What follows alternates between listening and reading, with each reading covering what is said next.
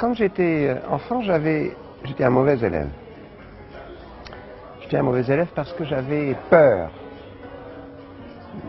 de ne pas savoir répondre aux questions que me poseraient les adultes.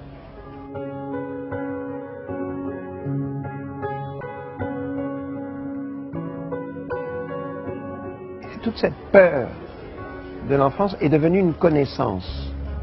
Et mon travail d'adulte, c'est de les guérir de cette peur. La réaction des adultes est toujours la même. Eux aussi ont peur. Ils ont peur que le fils ne réussisse jamais. Et les professeurs aussi ont peur. Ils ont peur d'être de mauvais professeurs. Tout ça, c'est une affaire de solitude. Solitude de l'enfant, solitude du professeur, solitude des parents.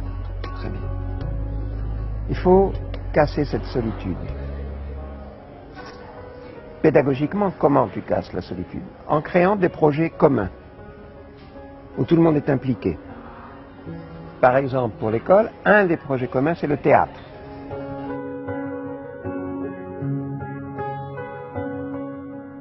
Alors que je mentais beaucoup à un professeur de français, parce que je ne faisais pas les devoirs et j'apprenais pas les leçons, il m'a dit, c'est bien, tu as beaucoup d'imagination, c'est bien.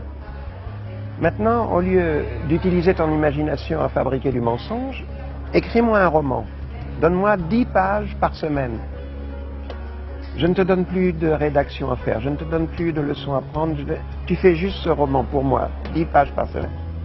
Et ça m'a sauvé, ça. C'est-à-dire que ce professeur a transformé un élève passif, il l'a transformé en un élève actif.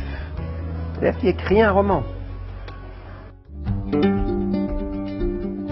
Les jeunes aujourd'hui, les enfants, tout petits, déjà dans le berceau, sont considérés par la société de consommation comme des clients, qui sont des publicités pour les pousser à consommer des tablettes, à consommer des portables, à consommer des vêtements, à consommer. Et ça, c'est leur culture. C'est la culture quotidienne. Et ces enfants arrivent à l'école. Et ils vont se conduire vis-à-vis du professeur comme des petits consommateurs. Moi, professeur, je ne m'adresse pas à tes désirs, je m'adresse à tes besoins fondamentaux. Besoin d'apprendre à lire, le besoin d'apprendre à compter, le besoin d'apprendre à penser, à réfléchir. La plupart de ces besoins sont antinomiques avec tes désirs. Et c'est pour ça qu'il est beaucoup plus difficile d'être professeur aujourd'hui que dans les années 50, où les enfants n'étaient pas encore les clients de la société marchande. Et le problème, c'est que l'enfant, tout petit, dans son berceau, lui, il va croire que son désir est un besoin fondamental. Il va croire que son bonheur dépend de la satisfaction d'un désir qu'il prend pour un besoin fondamental. Le travail des adultes, c'est de dissocier ces notions de désir et de besoin. Et le bonheur, le vrai bonheur, on peut l'atteindre en apprenant à comprendre. C'est ça qui rend heureux. Quand je comprends les choses, tout d'un coup je comprends. Je comprends que la publicité est mensongère. Je comprends que la compréhension est une bonne source de bonheur véritable. Je pense qu'on ne peut pas se défausser de ses propres responsabilités sur une institution. Il faut d'abord que je sois, moi, en tant que parent, que je me sente responsable de mon comportement face à mes enfants. Qu'est-ce qui fait l'éducation des enfants? C'est l'exemple.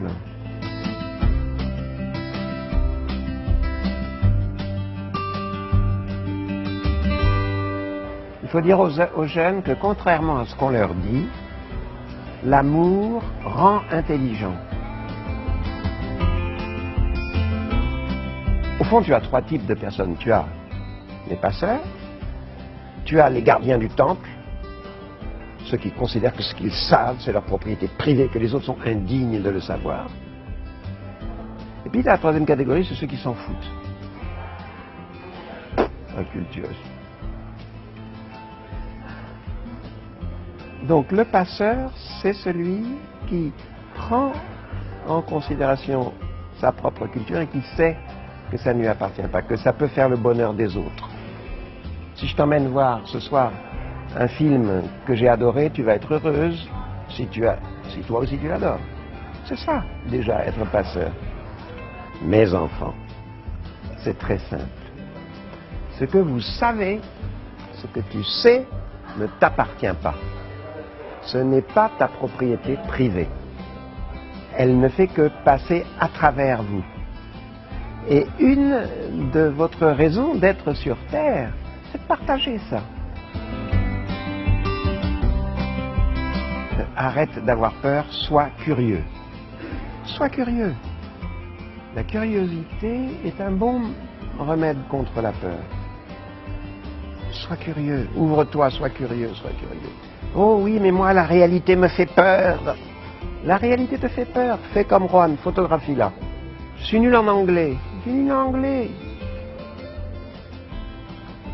Prends un petit ami anglais.